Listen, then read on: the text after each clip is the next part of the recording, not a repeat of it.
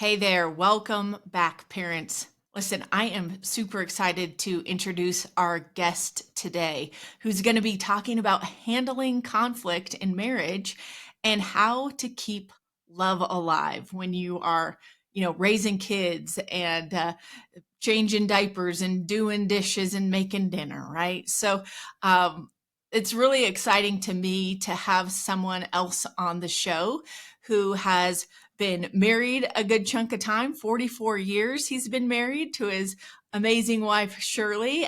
They've raised 9 children and are welcoming soon to be 10 grandchildren. He's also a licensed marriage and family therapist. So, between the personal experience of being married and raising a family, and the professional experience of working with married couples in a therapy setting, this is just going to knock your socks off. So, the other really cool thing I want to say up front is that our guest has a daily call-in show on the radio, on Relevant Radio, called Marriage Unhindered. So you can actually call in from your phone and ask a question, and he will give you live support, live feedback, and then others can learn from whatever it was that you were curious about. So, without further ado, welcome to the show, Doug Hinderer. Jordan, it is a great pleasure to be with you. Thanks so much. I'm happy to be here. Yes, this is awesome. And you have a book coming out. You have a book that I is do. coming out on Love Day, on Valentine's Day, St. Yeah, Valentine's. right. Rekindled Hearts, a Yeah. spiritual journey to marital healing. Is this your first book, Doug? Oh, yes. Oh, yeah, yeah, yeah. And you know what? It is so far out of any self-image I've got of who I am that I'm actually an author and a published author. It's just crazy. And my oldest daughter, Katie, is a journalist, and she does a lot of great work. And she grabbed me one day and said, "Dad, you need to write a book." And I'm like, "Yeah." Right after I learned how to fly without an airplane. Um, and she said, you spent a lot of money on my education. I can help you with that. And so she rented an Airbnb for a week, and we got together. We spent a week crafting this thing out and flip chart paper on the walls and and all that kind of stuff. And off we went. And the book ended up very different from what I had in mind. But I'm pretty happy with it. Well, I don't know if anybody will buy it, but I'm pretty happy with it. Hey, we're going to make sure that there's a link in our show notes to be able to pre-order it. And then, of course, after February 14th, you can just order that right from Scepter Publishers and get you a copy. I'm excited to get my own copy. So Thank you. let's dive in here. I mean, you've counseled couples for years, married Mm. couples in the counseling setting. And one of the things I loved about your bio is that it says that your approach is rooted in the belief that every marriage, no matter how strained, can be revitalized with commitment, mutual respect, and the right tools. Yeah. Yeah. So And good. you know what? And as a therapist, I mean, I have to believe that, right? I have to believe, but I do. I don't believe it just because I have to, but it's true. And I've seen, I've seen miracles, and I've seen marriages that have crashed and burned. And I've had couples that I've worked with where they walk in the first door and I'm like, man, you don't have a chance. This is not going to work. And they pull together. And other Yeah. couples are kind of like, man, yeah, we'll get this figured out. And they end up divorcing. So, um, I've seen miracles happen. Sometimes it takes miracles, but if both parties are willing, then it works. And if one of them Mm. says, yeah, I'm not doing this, well, it only takes one to ruin a marriage. It takes two to make it work. Yes, it takes two to make it work. That is for sure. And it's a hard road. You've been Yeah. married 44 years. Yeah. Yeah. And and I was talking to my wife today, and we're trying to figure out what I should do for Valentine's Day. And I think I suggested that I have her on, and that's way out of her comfort zone. And she's like, I don't think I want to do that. But we started. I said, well, what do you want to talk about? And going through, and it's like, when you go back and look, you actually seriously think about 44 years. I mean, there were some low spots, and there were some great high spots. But man, there were a couple spots where, man, we were skinning off our knees. We just weren't doing well at all. And we pulled it together without any help. We didn't go to counseling. We were doing the best we could. And it was as interesting as I was this is my second career. So I've been doing this for about 8 years. And so I'm back in school. I'm learning a lot of this stuff and I'm bringing it home and talking to my wife about it.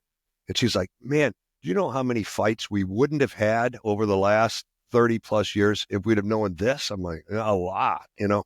So, and that's kind of my deal is just kind of education. There's great science out there about what works and what doesn't work in a marriage. And I just want to get the message out. So I've got a website where I've got a couple workshops, one for, engaged couples or seriously dating couples thinking about getting engaged to help them get off to a right start and really figure out, is this the person I should be marrying? And then I got one I called Marriage Tune Up for couples who, just want to tune it up and just keep working at it. As you say, it's a daily effort you got to do. You got to be intentional about building the marriage. And I just want to get the message out. And now I'm on the radio, which again was something I never thought would. I never wanted to do it. I just came out of nowhere. But now I get a chance to get the message out to even larger audiences. And as you do with the podcast, education is so important to help people get off to a good start and realize that, there are solutions to whatever it is that's going wrong. There's ways to work on Yes. Well, thank you for your obedience to this call because I think it takes that, right? And it. like, hey, Yeah. we didn't start out thinking we were going to be on the airwaves, but this is just sort of where God led us. And when you say yes, beautiful things happen, and you're able to Yeah. spread the message. So, and I Well, love the yeah. idea that couples counseling is expensive. I've been a counselor for 20 years, $150 an hour, $200 for a couple Yeah. session. But look at this. This is Right. free. You got a daily show on Right. relevant radio that is free that you can tune into from your car, from your computer, from, Right. on a walk. Same thing with these podcasts. It's such a beautiful time for people to be able to access this education and these It is. tools free of Yeah. charge. Yeah, for sure. And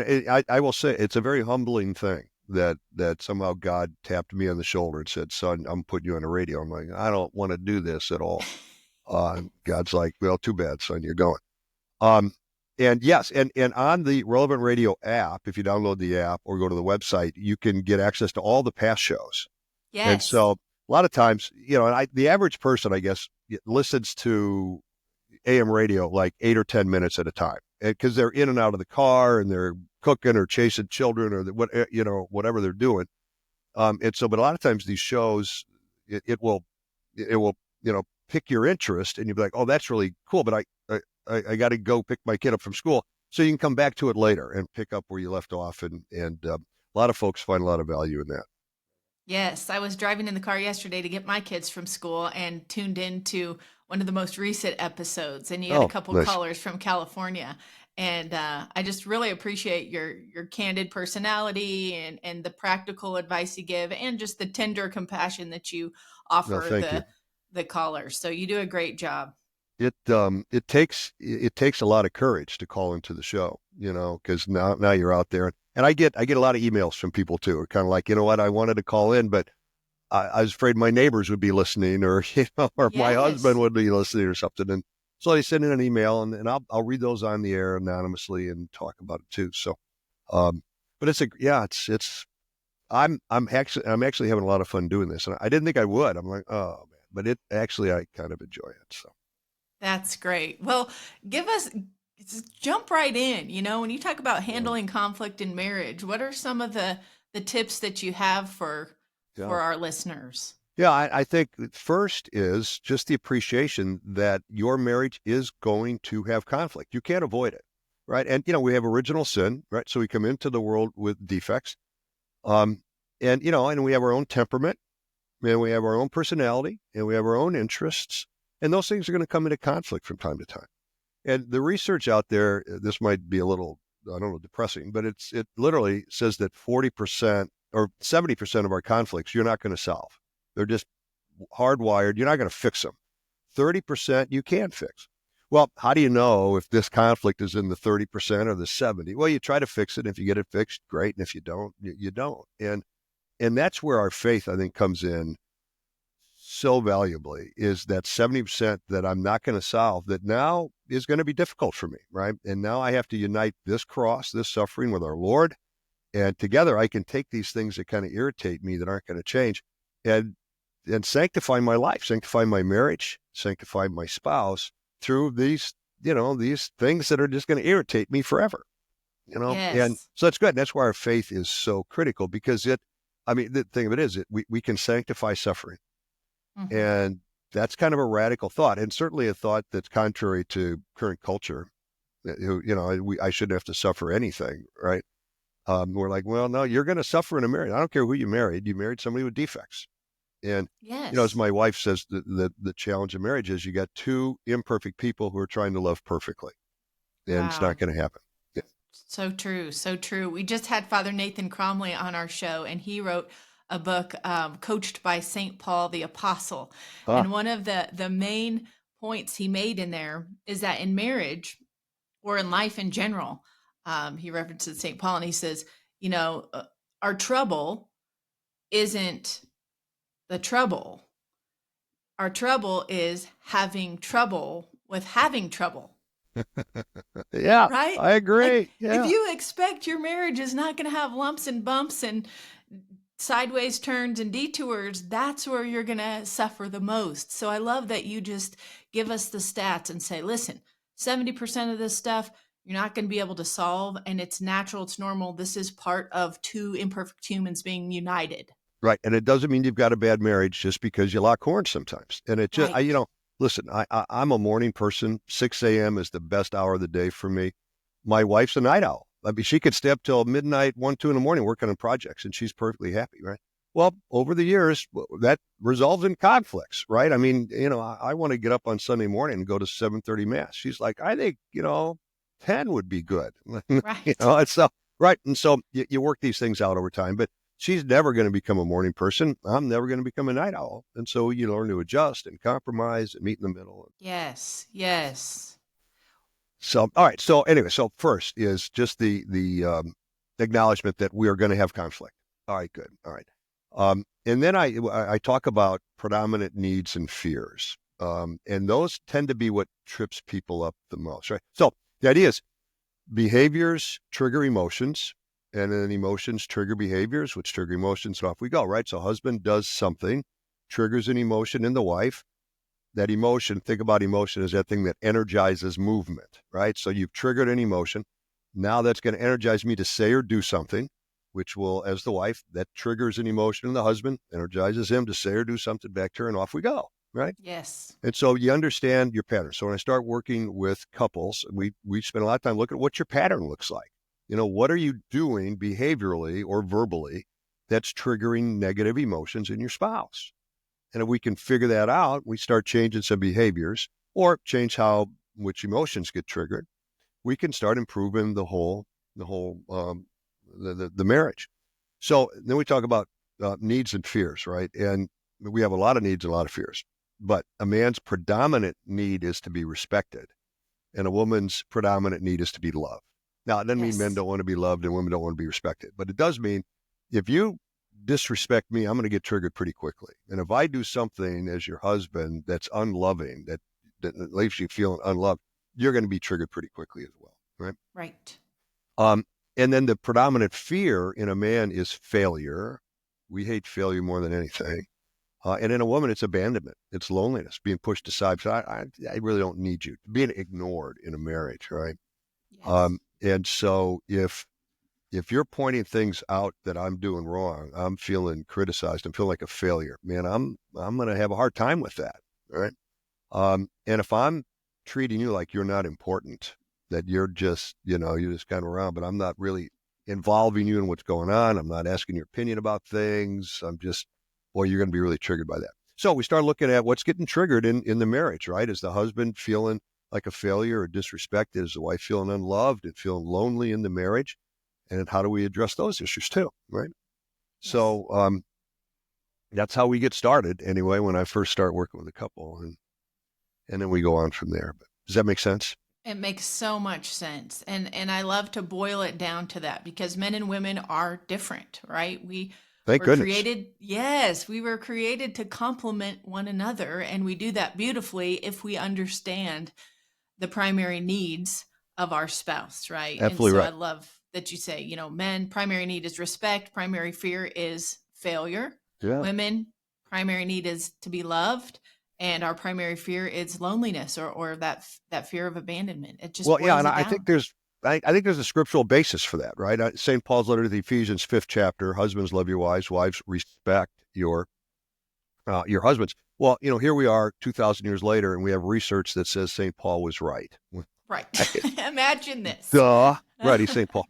But I think if you go back to Genesis, right, one of Adam's sins before he even ate the apple was he failed to protect his wife. I mean, she's in Right. danger. The serpent is in the garden, and he didn't protect her. So I think that I'm not a theologian, but I think when us men inherit original sin, part of what we inherit is this fear of failure, because it was Adam's Yes. failure that kind of got the whole table set, right?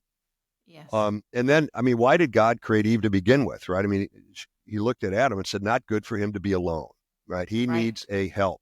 He needs a helpmate. Well, he could have created another guy who would help him plow a field, build a barn, watch football on Sundays. But he didn't. He created a woman radically different whose job description is go help the boy. He needs help. He can't do this on his own. He needs your help. And so when we push our wives aside and we don't involve them in what's going on, man, that goes right to your job description, your basic fundamental core thing. I'm here to help you, to partner with you to get through life. And when we don't allow our wives to do that, that's a tough thing. And research out there by John Gottman says that happy marriages are when both husband and wife accept influence from each other. Yes. Especially predictive of happy marriages is when the husband accepts influence from the wife. Mm. Goes right back to the Garden of Eden. Go influence the boy. Help him. He needs help. And when we allow our wives to do that, things work very well because that's how God set it up. Yes. Oh, I Isn't that great? love that. Pretty That's cool. that complementarity. It's where you're working together as one. The two become as one, not Yeah. because you're both doing the same thing, but you're both working out of your gifting for the other. Yeah. Yeah. Exactly. Exactly. And so I've got special gifts and talents that God has given me, as do you. And when we put that together, it works. Dynamite. God actually knew what he was doing. Go Right. figure. Yeah. Imagine that. Imagine that. Imagine that. So anyway, so we do that. Then we spend time talking about there are four things that really are at the core of everything, of all the disharmony in a marriage. Just four, which is pretty cool. Like you don't have to remember 72 things, just four, Right. which is really good. The challenge in that is the average man can only hold three ideas in his brain at once. So the man is still at a disadvantage here on this. And this is research by John Gottman, who's kind of the leading researcher. I'm sure you're very familiar with him. Um, Yes. what marriage is all about. So he said these four behaviors. First is criticism, where I keep pointing out what's wrong with you. Kind of like it's my job to fix you. Right? I'm going to point out everything you're doing wrong, right? Well, the problem with criticism is if the wife is leveling the criticism, the husband's feeling like a failure. Well, every time you talk to me, you tell me what I'm doing wrong. Well, that's kind of triggering. If the husband is highly critical, well, the wife's not feeling too loved, right? If every time you talk to me, it's not a loving conversation, it's a judgmental conversation. I'm not liking that a whole lot, right? So criticism doesn't work. The next one is contempt. And think of contempt as mean-spirited criticism. So this is name calling, devaluing, sarcasm. This is put down. It is the most predictive of divorce because it's the most hurtful. It's the most intentional. I'm intentionally going to hurt you now because I'm mad and I'm going to let you have it, right? And so that's really damaging. So this mean-spirited conversation is very damaging. Um, Number three is stonewalling. So I just shut down and walk away. I'm not having this fight anymore, and I'm done, and I walk away. Well, if the husband walks away, it kind of leaves the wife feeling a little abandoned. Right. Yeah. And if the wife walks away, it leaves the husband feeling kind of disrespected. You just turn your back on me and you walk away. It's not too respectful. And the research is kind of interesting that once your heart rate gets to about 100 beats per minute, you've lost your ability to be rational. You're now in fight or flight mode, right? Well, I don't want to get in a big fight, so I'm just going to get out of here. I'm going to go away. Well, that leaves the wife abandoned and the husband feeling disrespected. So that really doesn't work either. And the technique I talk about is you've got to be able to call a timeout. Once you feel yourself elevating, getting escalated, you got to call a timeout because you're just going to drop into contempt and that's just going to make it worse. But the important part of the timeout is you've got to say when you're coming back, right? Always. Yes, Always, that's a main right? thing. I need a break. I'll be back in an hour. Okay, fine. Or I'm too upset. We're not going to figure this out tonight. Can we pick it up tomorrow or whatever it is? Or let's wait till the weekend. We have more time. But you've got to be able, and then the husband's feeling respected and the wife's not feeling abandoned. So, but you've got to talk about when you come back. But then you got to do it, right? You've And got to do it. yeah. And as you know, and I spend a lot of time talking with couples, and well, tell me how your fights go. Well, we fight and argue and back and forth until we just run out of energy and we quit.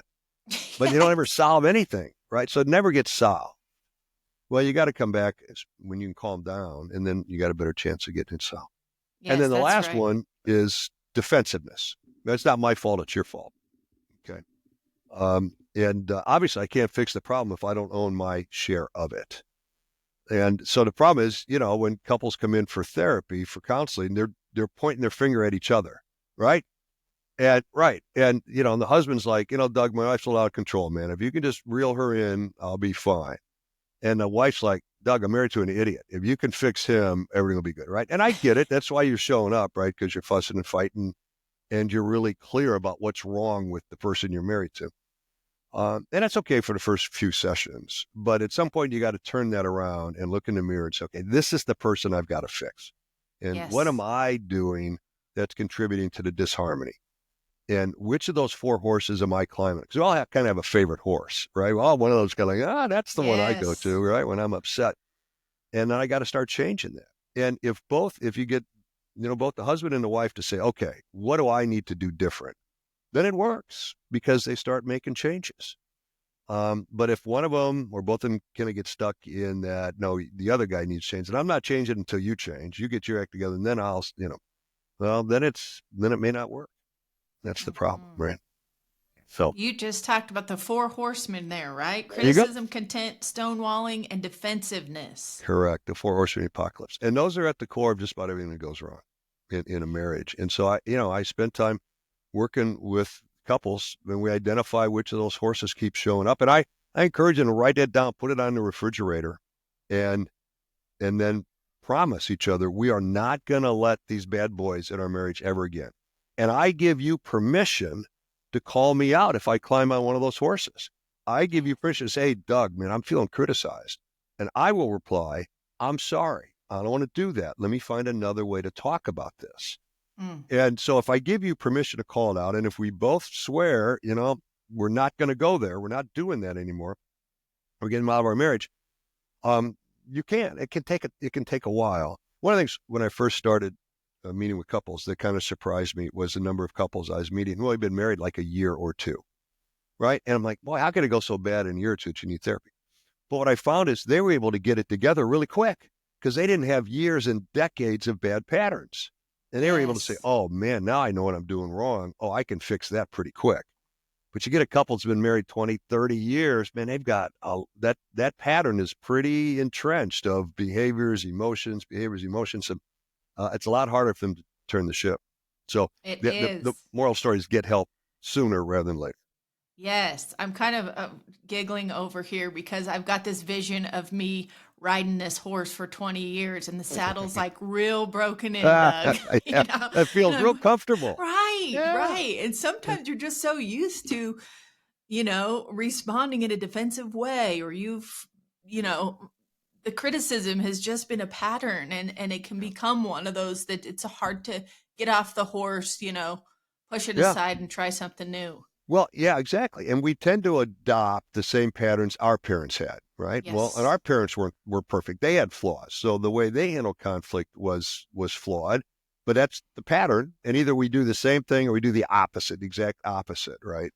And so it kind of gets passed down generationally. And I think part of the thing that gets me excited is I'm able to get in the middle of that generational pattern and say, okay, it stops here with you. You start doing it differently. And then you can pass on the better way of doing it to your children, and then we can spread the right way to do it. So that's kind of the exciting part of doing this work. I love that. And I think it's important to, come to an understanding that there's these 4 types of conflict or behaviors, and that they have a name.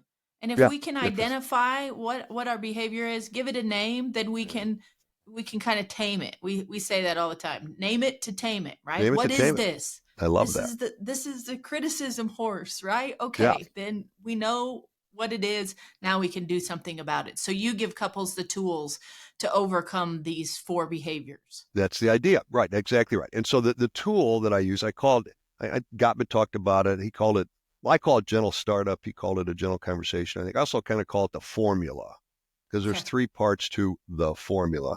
And you got to do it in, in the right way. And so there's three parts. So the first part is the words I feel. And then you label your emotion. So I feel frightened. I feel angry. I feel abandoned. I feel lonely. I feel, anxious. I feel. Second part, when you. Then I talk about what it is you did that triggered that emotion. So it's kind of that behavior emotion thing, but in reverse. What's the emotion? Then what did you do, right? So I felt anxious and worried when you came home an hour late and didn't call and tell me you're going to be late. Oh, okay. Um, and then so it's I feel, when you, and then the last of it is, and I'd like to ask you to please, what you want to do different next time. Right. So I felt anxious and worried when you came home an hour late and didn't call and tell me you're going to be late. I'd like to ask you next time to please call if you're going to be more than 15 minutes late. Oh, I can do that. Sure, that's easy. But you've got to do it in that order. And if you start with number 2, when you, feels a lot like criticism or contempt, Yes. and then I'm going to either shut down and stonewall, or I'm going to get defensive, or I might counterattack with my own criticism. Well, Well, you, yeah, you come home late, you never call. right. So that's not going to work. So, and again, I encourage my couples, write that down, put it on your refrigerator, and make that part of the very lexicon of your relationship.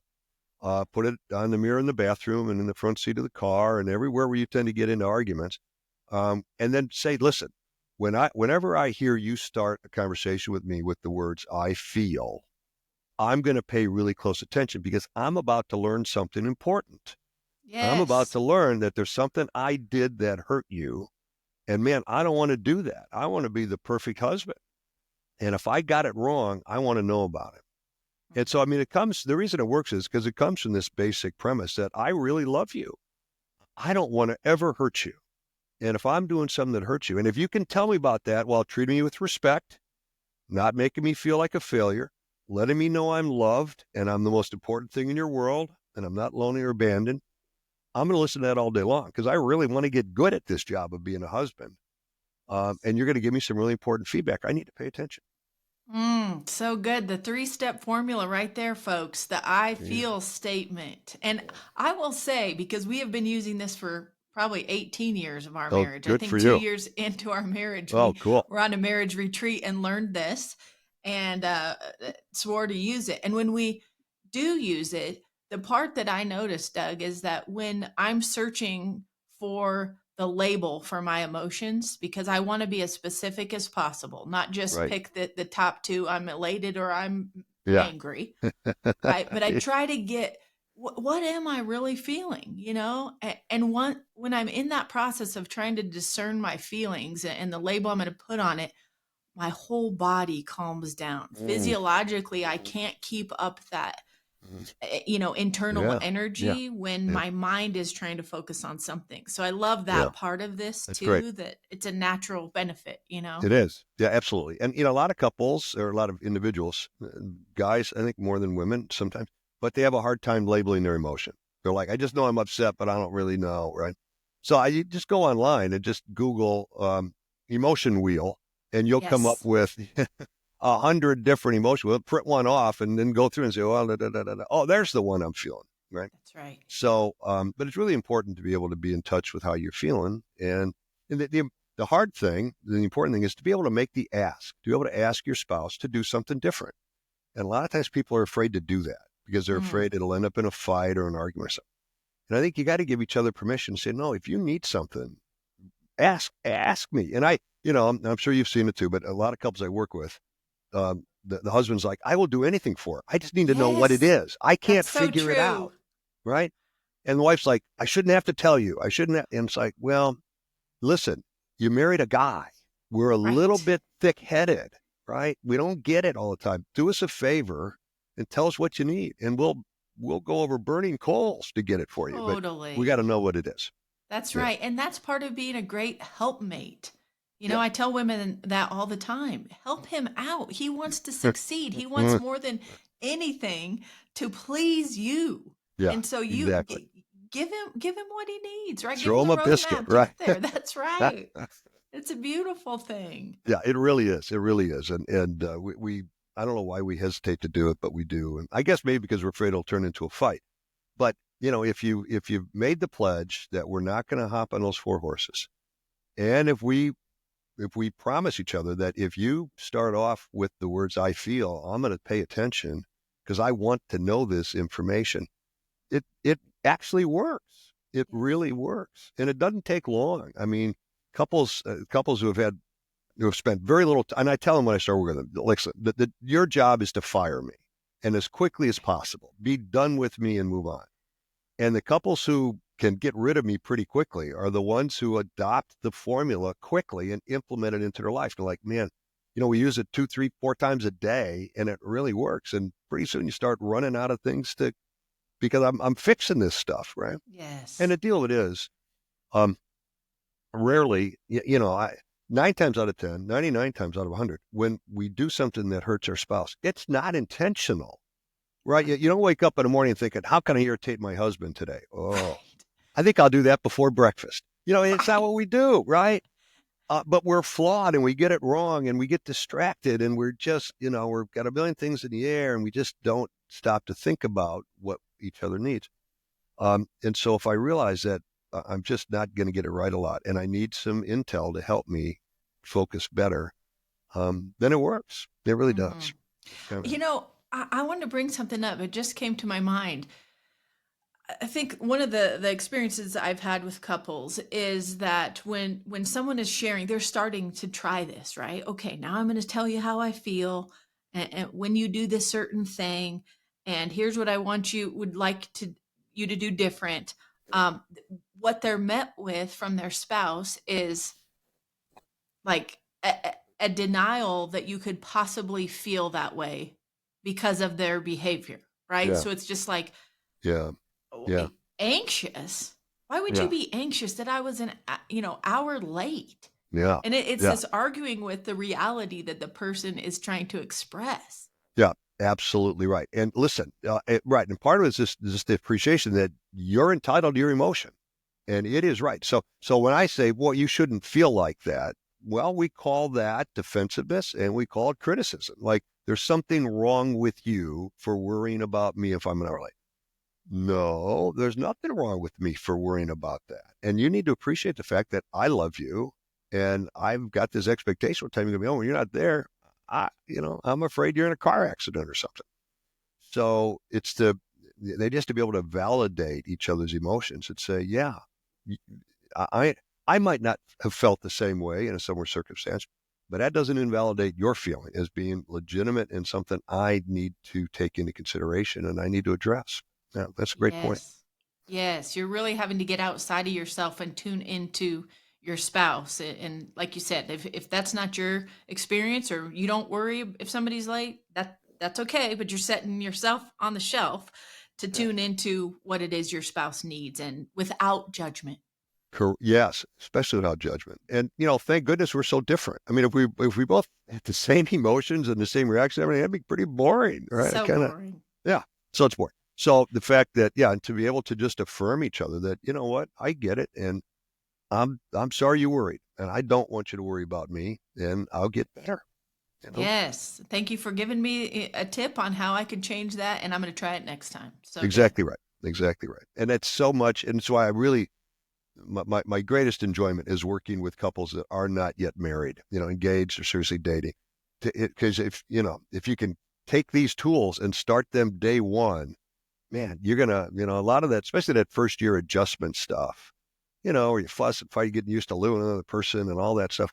It's gonna be a lot smoother because Yes. the love is still so intense and so passionate that you want to just be perfect in everything, and you'll learn how to be pretty doggone good pretty quick. Yes, that this should be part of like every marriage prep course is going through the three-step formula, learning about the four horsemen, and just really understanding it on a deep level. Yeah. Well, and that's why I put a marriage discernment course out on my website, happymarriageforlife.com. for couples to go through it and get that training. There's some parishes here in the Chicago area that require their couples to go through my workshop. And there's a few other parishes that have me come out and talk to their couples during the pre-Cana thing. But that's a small pool. It's like, so now on the radio station, maybe I can get these ideas out coast to coast, which would be even better. So, we're all trying to, in our own little way, help people, navigate life a little more confidently with a little less stress and angst. Yes, thank you for that. So, is this like a self-guided course on your website that people Yeah, can purchase and watch? correct. It is. And so I think on the marriage discernment workshop, I think I've got like 17 modules. Each module, I talk for just 5 or 10 minutes, very brief. And then there's a worksheet to fill out to kind of reinforce that concept or have them, have an important conversation they need to have. And especially the marriage discernment one, I'm aware of at least 3 couples who went through it and then broke up afterward. And I'm like, that's pretty cool. It is. So I was Figure given a that out talk. early. Yeah, I was giving a talk at a parish in north side of Chicago, and I walked in one night, and this young lady came up to me and said, "I really want to thank you." I said, "You're very welcome. Have we ever met?" She said, "No, no. But my boyfriend and I did your marriage discernment course, and we broke up shortly afterward, and that's the greatest thing. I'm very happy we did that." Said, "Now I've met a new boy, and we're going to do your marriage discernment course too." I said, "Well, let me know how that works out." And I'm happy to report they're now married and doing great. So, That's awesome. but she dodged a big bullet with the first guy and then found the right guy. So the good thing about the course is it helps you discern whether or not this marriage makes sense. And if you say, yeah, it does, you have a higher confidence level that, okay, we've had some really important conversations. We've really taken a good look at each other. And yeah, this thing's got a really high probability of success. So good. It's kind of fun. HappyMarriageForLife.com. Yeah, that's my personal website, right? I tell you what, I'm going to be sending it to my son. He's 18 and a Yeah. half. He just moved out. He hasn't started really dating yet, but man, I'm excited for these types of resources. And I Yeah, think the younger generation is actually very hungry for this. They're saying like, man, we're willing to get some education and some training around this. This is like, we're used to this, it's tough. coaching and things like that. It's the dating world out there right now is so tough. And I've got kids in the dating world right now, and it's tough, man. It is not easy. And our culture and society has just really deformed so many young people that it's a tough deal. They need all the help they can get. All the Yeah, tools we can get for yeah, sure. yeah, yeah. Well, one of the things that struck me about one of the episodes that you did recently that I related to keeping the love alive in your marriage is just this idea. Talk about this, how you challenge couples to do just like invest like 1% into your Oh, marriage every day. yeah, yeah. So yeah, and so I talk about there's 3 legs to a good marriage, to the stool for a good marriage. One is conflict management, other is keeping the love alive, and then third is forgiveness. You're going to practice forgiveness probably every day. Every day, Every several day. times. Yeah, right, exactly. And normally it's little things like, okay, I forgot to pick up the milk on the way home from work. Okay. But sometimes it's affairs or it's, an alcohol dependency problem. Sometimes it's big stuff. Yes. And it gets a little bit harder. So anyway, but the keeping the love alive part. Yeah. So this is based on C.S. Lewis's book, The Four Loves. He based his book on the writings of some guy named Aristotle. So any idea that's Knows been something around. about virtue. Yeah. Yeah, he knew a little bit about virtue. As best I could tell, he lived about 2,500 years ago. So if an idea hangs around 2,500 years, it's probably pretty good. So 4 loves. First is philia, which is the love of friendship, right? And so friendship, it's two parts to friendship. One is we have a lot of things in common. We actually enjoy spending time with each other. We like bicycling or hiking or camping or cooking, and we just have a lot. Now, not everything. You have your own interest too, but the more you have in common, the better. That's first part. Second part of friendship is, if I asked you who your best friend was, you'd give me somebody's name. And I'd say, okay, how do you know that person's your best friend? And you'd say, well, I can tell that person anything. I mean, I can confide in them, my deepest, darkest secrets, my fears. When I'm having a down day, they pick me up. When I'm having a good day, they share in my joy and my excitement. That's another way of just saying that they are emotionally safe. My heart is safe with that person. That's why they're my best friend. Well, that needs to be the person you're married to. That needs to be the safest person in the world. And when you're having a bad day, that needs to be the person that you turn to. And that's the deep friendship that my heart is safe with you. And the way I talk about it is, you put your arms out in front of you, form a circle that, I don't know what happened all day today in your day, but now you're home and you're inside the circle. And now nothing bad's going to happen to you now because I got you, right? Yeah. That's friendship. Okay. Number two is storge, which is, I just kind of talk about in terms of gentle kindness, right? This is please and thank you. This is, I'm going to just love on you. I'm going to take good care of you. Your heart is safe. I'm going to, open car doors for you. And I'm going to say, please, thank you. I'm going to cook for you. I'm going to take care of you when you're sick. I'm just going to go out of my way to do really good, nice things. This is affirming and praising. And this is where I think, no, I'll come to that. Remind me not to forget the 1%, which was your actual question. I'm taking a long Yeah, time to get that's there. okay. But that's affirming and praising and thanking and showing appreciation.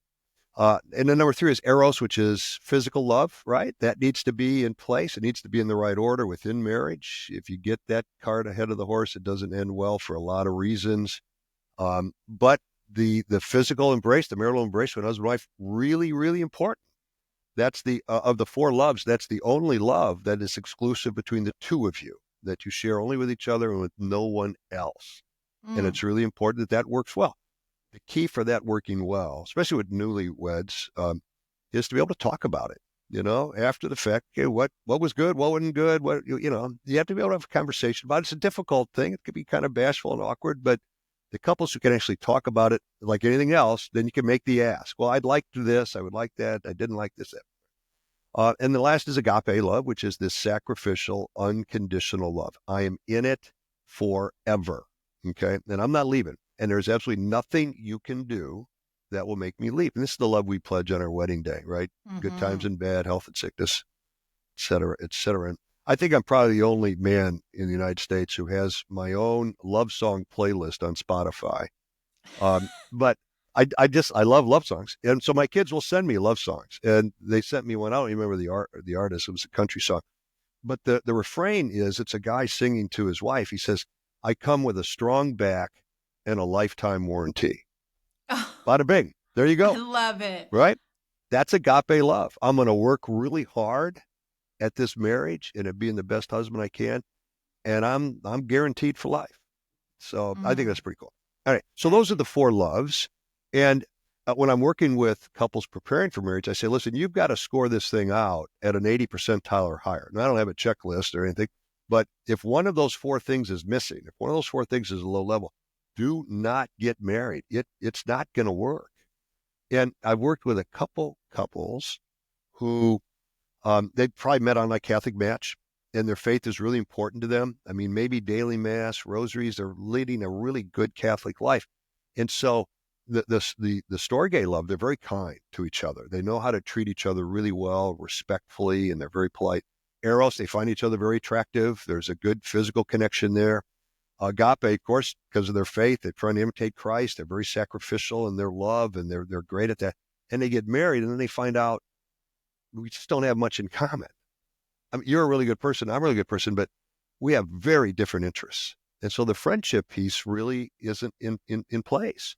Not like, oh man, we don't have anything in common and we got to stay married for the next 50 or 60 years. That's going to be hard, right? So you got to make sure all four of those things are at a very high level. And if it's not, you got to move on, right? All right. So with that said, 1%, right? I encourage couples to make a 1% investment daily in their marriage. And they're all kind of like 1%. I think I could do that. That doesn't seem too tough. Well, it's 15 minutes out of the day. 1% of 24 hours is about 15 minutes. And week after week, they come back and say, we didn't do it. We didn't do it. We did it once. It was great. We never did it again. Because it's hard, especially if you've got kids, right, to carve out the time. But even newlyweds and empty nesters find a hard time carving out time. But marriage is like a garden. You can plant your tomatoes in the spring, come back in the fall, and have some tomatoes. Or you can go out every day, pull out a couple of weeds, water a little bit, and you're going to have a great crop of tomatoes in the fall, right?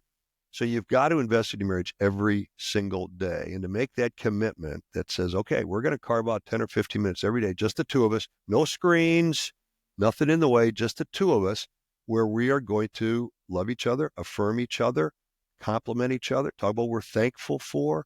It's your opportunity to tell me what went wrong in your day, and I can say, man, you're a great person. Thank you so much for putting up with all that stuff. I love you, right? And that's the time, because but if you don't get it scheduled, you go, well, we'll find some time. It doesn't happen. You got to be intentional about it, as you like to say, and I agree Yes. with that 100%. Yes, Yes. that's it. And we, 1% a day. I love it. 1%. Folks, we can do this. 1% investment in our marriage every day. Great if you can get more, but start there. 15 minutes a day. I love that my husband started protecting the boundary around our bedroom a couple years Yeah, ago. He said, okay, guys, if the door's locked, then you knock. And when we ask who's there, you say your name. And then we ask you what you need. And then if it's something you need yeah, right away, we'll oblige. Otherwise, we're in here because we are trying to pay particular attention to one to another each other. without distraction. And that has saved us, Doug. I'm telling you. I love it. 15 minutes, even just for a conversation. Oh my goodness, yeah, for sure. Well, Great. right, Yeah. exactly. And I think, your husband shows great wisdom there. And I think here's the deal: the bedroom is the sanctuary of the home. Right? Nothing but love and good things happen in that bedroom. So I encourage, because we tend to hang emotions on the physical objects around the room. So if you get in a lot of arguments in the bedroom, and then and all of a sudden it's like the knickknacks and the paintings on the walls, and all of a sudden it's like those bring up negative emotions when you walk in the room. So never under any condition do you fight or argue in the bedroom. If you're going to bed and you're starting to get into a fight, get out of bed and go to the garage. Right? All So by itself, good. that'll probably end the fight, because you're like, yeah, I ain't getting out of bed. So you It's not worth win. that. Yeah, no, you win. I love you. Good night. Right.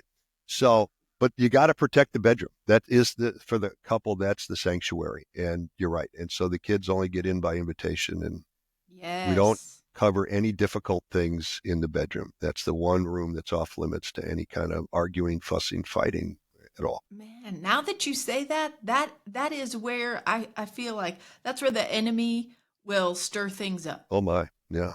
Yeah. Yeah. Rarely is it in the kitchen or like you said, in the garage or the backyard. It's Yeah. like in that bedroom. Yeah. There's something that's like you Yeah. know, Well, right. And, you mentioned the enemy, and we haven't really talked about Satan's involvement in destroying marriages. But um, his number one attack against marriage is to get you to focus on your spouse's defects. That's the number oh, one thing. And if he can get you focused, because we all got them. So it's not hard. yes. It's actually, you're pretty aware of what your spouse's defects are. And if he can get you to focus on those, man, that can drive a wedge between the two of you and the disharmony, which is why the 1% investment is so important, because I'm concentrating on your virtues now. And I'm telling you what I Yes. love about you. And I'm telling you what a great mother you are and what a great husband you are. And so that, you counter the negativity by bringing in a bunch of positivity. And that's what you do in that 1% investment. And that really frustrates the devil, because he wants you to focus on the defects. Ooh, yes. He loves the horse of criticism and Yeah. contempt Yeah. and stonewalling and defensiveness. Oh, He's yeah. like, you ride Yeah. those horses. They're Yeah. great. They're going to take you to Yeah. great places. And then all of a Right. sudden you're going, no. Yeah. You're entitled. You're entitled. Yeah. Yeah. You should be Oh, treated better. Right. yes. Important when we recognize that's happening for us, that we've been kind of hijacked, by the enemy, that Yeah. we just rebuke that in the name of Jesus. It's Right. like, oh no, not today, Satan. Like, you're not going to get in the middle of my marriage. And I Right. recognize you're here and I'm excusing you. Right. Yeah. Right. Right. Get behind me, Satan. And you got to Yes. realize, whenever that starts, and that space between the emotion and your behavior, there's something that happens in there called thinking, right? We start, have I ever seen anything like this before? And do I got to put a stop to this now, or what, and I start thinking about it. Well, Satan can get in there and influence that thinking. Say, oh, sure. Oh yeah. He doesn't care about you because he's late, and who knows what, he's probably got a girlfriend. It goes on and on, right? And all of a sudden you're just way off course. And that's just Satan sitting back there throwing all those ideas in your brain. So you got to realize that and just say, okay, get behind me. I'm not dealing with that. That's right. That is right. So good, Doug. This has just been wonderful. You've given us so many golden nuggets. There's so many Yeah, thank opportunities you. for our listeners to learn from this, to listen to the episode again. Please share it with people in your circles, right? Text it off to people. Shoot our email out that has this podcast in it to other people in in your family, to your spouse. Make sure that your spouse hears this. You know, in our coaching, Doug, I recommend that our couples listen to, 2 of the 4 episodes per month that we put out, Sure. based on the topic for the month, and then discuss it as a couple. And this is a new thing that they're getting into. It's a little home date that Hmm. they can do together, Hmm. pour a glass of wine, or um, make a treat and sit down and watch the YouTube version of this podcast or listen to the episode and then have a fruitful conversation. How can we implement some of these things in our own Yeah. marriage? Yeah, exactly. Exactly. So I was up in Minnesota Saturday giving a couple talks up there, and I asked for a show of hands. There were like 70, 80 couples at each one. I just said, give me a show of hands. Did any of you marry an unintelligent person? Anybody here marry a dumb person? Nobody raised their hands. I said, okay, that means you've all now publicly stated that you married an intelligent person. And so if your spouse sees something differently than you do, you need to get curious about it because they're pretty smart and they're seeing it different. You're missing something, right? And so to have this spirit of curiosity, if we've got a difference of opinion and I need to get curious about how you're seeing it differently than I am, I'm going to learn a lot, right? And so to be able to watch your podcasts, I think, which is a beautiful thing. And then with the spirit of curiosity, well, what did you take away? Well, what did you hear? Because you're going to hear different things. You're going to filter it through your own lens, your own eyes, your own ears. Well, how did you take that point or this point, and how can we do that? And with a curious spirit rather than a judgmental spirit or a defensive spirit, like, because, listen to any of your podcasts and they're going to say, oh, yeah, I'm not doing that. Oh, yeah, I could be better at that. Okay, good. Well, let's not get defensive. Let's say, okay, it's an area for me to work on and try to improve on, and that's what I'm going to go do. Yes, So yes. the work you're doing is unbelievably valuable. God bless you. Well, you too. Thank you for getting on the airwaves every day. Folks, call in to the Marriage Unhindered show on Relevant Radio. I love the play on words. Your last name is Hinderer, Yeah. Marriage Unhindered. I This is didn't come up so with that. good. The brain trust here did, but yeah, it's on 5 o'clock Central Time, Monday through Friday, or if through the app or the website, you can catch it anytime you want to. Just hit the play button and play it whenever you want to. So yeah, Find the show on Relevant Radio and be sure to check out happymarriageforlife.com. All the good resources there. Listen, Doug, this has been such a pleasure. Thank you so much for yeah, blessing our listeners and me. yeah. Yeah, you're And very welcome, Jordan. I thank you for the invitation to be here and keep up the good work that you're doing. It's so important out there, and God bless. thank you. God bless you. And I hope to meet you in person sometime. That would be I would like that. wonderful. That would be wonderful. Awesome. Well, parents, listen, I'm going to catch you on another episode of our show real soon. Invest 1% into your marriage today. 15 minutes of goodness with your spouse. Pour on the love, pour on the gratitude, compliment them, give them a good embrace, look them in the eye. This is the beginning of reconnecting your marriage and really helping to keep the love alive. So we'll catch you on another show real soon. Thanks so much for tuning in.